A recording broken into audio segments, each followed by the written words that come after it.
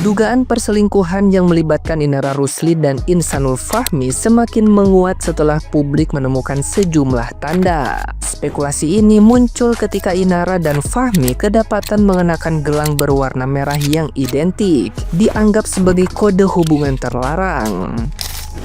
Inara juga sempat mengakui di salah satu acara TV bahwa ia sedang dekat dengan seorang pengusaha muda yang lebih muda darinya. Isu ini diperkuat setelah Wardatina Mawa, istri sah Fahmi, mengungkapkan bahwa suaminya pernah membujuknya untuk menerima poligami dengan Inara sebagai calon istri kedua. Mawa menjelaskan Fahmi menggambarkan Inara sebagai sosok yang religius, seolah ingin meyakinkan Mawa, namun Mawa menolak. Kecurigaan Mawa kemudian membawanya pada bukti kuat berupa rekaman CCTV yang diklaim menunjukkan interaksi melampaui batas pertemanan, bahkan menyerupai hubungan suami istri. Mawa menegaskan rekaman tersebut menjadi dasar kuat laporannya ke Polda Metro Jaya dengan jeratan pasal 284 KUHP. Mawa mengaku sangat terpukul dan jijik menyaksikan rekaman tersebut, merasa dunianya runtuh saat mengetahui suaminya melakukan perbuatan zina besar.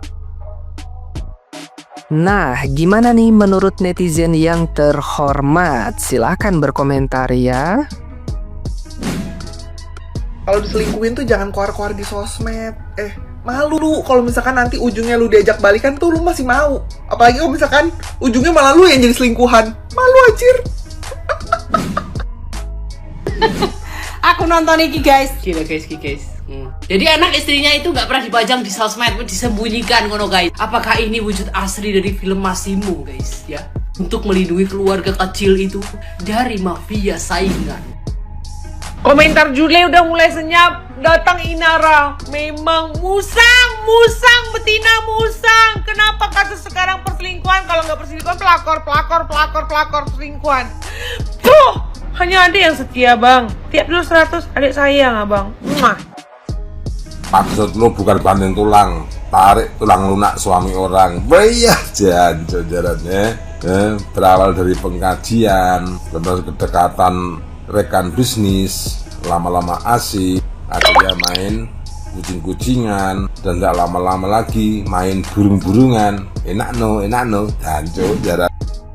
Menurutku orang yang benar-benar hijrah itu seperti Laudya Cynthia Bella ya. Dia menjaga sekali sikapnya di media sosial, bahkan dia batasi sekali bermain media sosial. Tapi kalau orang yang bercadar, jilbabnya panjang, sering pergi ke majelis-majelis tapi masih joget-joget di media sosial, masih berdandan secara berlebihan, masih tebar-tebar mesona, masih kalau foto, kalau video masih gayanya gini-gini.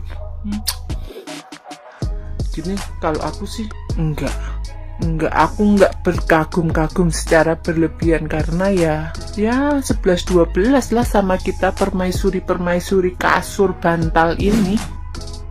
Ini sih definisi nulan ludah sedahak-dahaknya ya. Lu kan saling kenal dari kajian nih. Pertanyaannya, lu datang ke kajian buat memperkokoh iman atau ajang cari pasangan? Kalau mau cari pasangan jangan datang ke kajian kali, datang aja ke acara RCTI.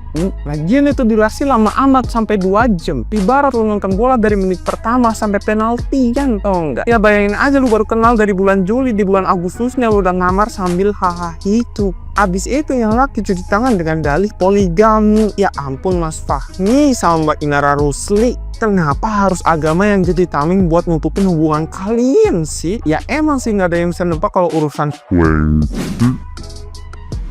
Jangan suka selingkuh. Kalau lo emang udah gak mau sama pasangan lo mau beresin dulu, lo putusin dulu, baru lo jalan sama orang lain. Jangan jadi pengecut gak mau beresin hubungan yang ada dulu, malah memulai masalah baru dengan berbohong dan berselingkuh. Lo gak pernah tahu trauma yang lo timbulkan akibat perselingkuhan yang lo lakukan. Belajar menjadi orang bertanggung jawab. Kalau misalnya memang lu udah gak mau sama orangnya, ya lu beresin baik-baik, lu omongin baik-baik. Gue udah gak mau, gue pengen hubungan ini berakhir, baru lo jalan sama orang lain. Emang tidak mudah mengakhiri sebuah hubungan, tapi akan jauh lebih menyakitkan ketika perselingkuhan lo ketahuan. Inara Rusli diduga berselingkuh dengan Fahmi, seorang pengusaha yang juga masih memiliki seorang istri bernama Wardatina Mawa, seorang konten kreator asal Medan. Nikah pada tahun 2019 dengan Ihsanul Fahmi dan dikaruniai seorang anak laki-laki dengan mengantongi diduga bukti persinahan 2 jam full. Wardatina Mawa dari Medan, Sumatera Utara langsung menyeberang ke Jakarta ke Polda Metro Jaya untuk melaporkan dugaan perselingkuhan ini. Najis jijik, bukti fullnya 2 jam. Udah pada nonton belum nih podcastnya Densu? Aku udah nonton barusan dan sangat bertele-tele ya kakak ini menjelaskan kronologinya. Aku paham banget karena benturan traumanya mungkin sangat-sangat menghantam mentalnya dan pikirannya. Aku nggak nyangka juga si IR ini tahan 2 jam, buset, tahan 2 jam. Gila, kamu minum vitamin apa itu? Apa enggak udah bombardir udah habis? Ini jangan salfok ya sama iniku ya. Ini bukan kena azab ya karena sering gosipinnya. IR. Anggaplah ini adalah cocok logi tolol kita aja ya. Kita bedah kenapa sih ada fenomena perselingkuhan kalau misalkan dibedah dari perspektif ilmiah. Di otak kita tuh kan ada program watak ya. Nah, program watak kita tuh ada satu program watak utama dan satu lagi program watak yang sekundernya gitu-gitu. Kemungkinan kenapa perselingkuhan itu bisa terjadi karena dua program watak ini tuh menarik opposite-nya. Kayak misalkan ada orang yang karakternya flegmatis, melankolis gitu. Flegmatis ini bakalan menarik pasangan yang koleris, tapi sisi melankolisnya dia akan menarik orang yang watak utamanya tuh sanguin, ngerti nggak? Ketertarikannya tuh nggak bisa dilawan memang gitu. Kayak sisi melankolis kita akan merasa tertarik dengan sisi sanguin, sisi flegmatis kita akan merasa tertarik sama yang koleris gitu. Ketika ada dua orang dengan karakter yang kita sebutkan itu tadi ya kita merasa tertarik dengan dua-duanya. Kalau misalkan menurut cocok logi gue sih gitu. Tapi kan kita dikasih ini ya, maksudnya dikasih akal gitu buat kita tuh menentukan value, nilai-nilai yang mau kita anut tuh gimana.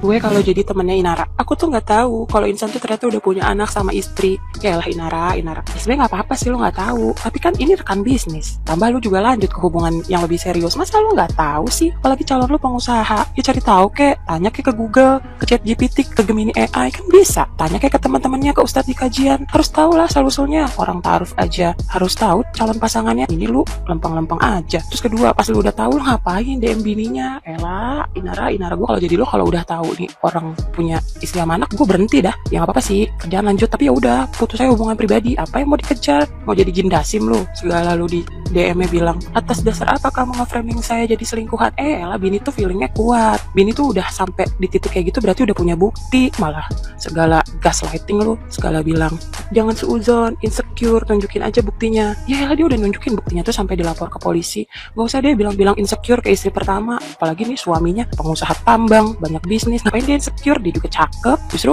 ya dia kesel gara-gara ada orang ketiga. Sampai terakhir lu ngomong, akan aku pastikan kalau aku berjodoh sama dia udah bukan suami orang. Gak tau malu kata gua mah. Inara, gak perlu lu ngechat kayak gitu ke bininya. Itu mah sama aja lu nantangin. Bener-bener istighfar lu Inara. Coba ini ya sahabat-sahabatnya Inara nih, dikasih tahu kalaupun emang dia gak salah, ya udah ngomong di depan publik. Sekali lagi ya, kalau bini udah punya bukti, udah dilaporin ke polisi, apalagi udah kena pasal, ya berarti udah jelas. Nih Ustadz diri aja ngomong kalau dia nggak tahu hubungan kalian. Kok kalian bisa-bisanya? Nah, kalau buat si Insan, biarin dah, itu mah urusan si Mawa dah. Komelin aja tuh, laki begitu. Ini di video gua si pelakor yang pakai hijab 100 meter kenapa pada salfok katanya kan itu yang gatel orangnya bukan salah hijabnya. Padahal nggak ada orang yang nyalahin hijab tuh, nggak ada. Hijab itu tidak salah. Yang salah itu hijab disalahgunakan.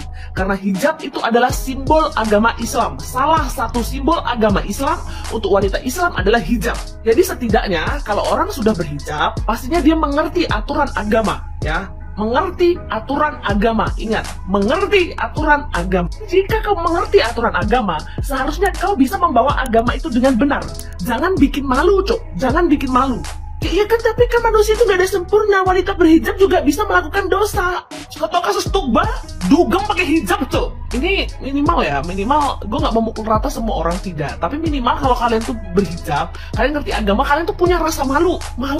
Ya Allah, kayak gimana ya, rasa malu untuk mengambil yang bukan miliknya, yang bukan haknya, untuk melakukan dosa, itu punya rasa malu. Karena kalian tuh, di badan kalian tuh membawa simbol agama. Hijab tidak salah, tapi kalau hijab disalahgunakan hanya untuk menutupi kebusukan seseorang, itu dosa. Karena dia akan mencoret citra agama, akan merusak citra agama kita. Karena kan ketahuan, itu agama-agama tertentu. Ngerti gak sih lu? Gue sebagai orang Islam gak terima, anjir. Gak terima. Lu siap memakai hijab, minimal lu ngerti batasan-batasan orang berhijab tuh apa aja. Lu harus ngerti. Gak boleh kumpul dengan yang bukan mahram, gak boleh mengambil hak orang lain, gak boleh menyakiti orang lain. Lu harus ngerti. Lu bawa simbol agama, jangan bikin malu, cok. Ini pakai hijab pergi dugem, pakai hijab ngambil suami orang. Lu bawa simbol agama, harusnya lu bisa behave diri lu, bisa lebih berattitude, bisa lebih menjaga diri lu. Jangan merusak citra agama yang lu bawa, goblok. Tolol. Pakai baju syar'i. Ini tingkah laku ngalang-ngalangin Yahudi. Gak malu ya? Gak malu?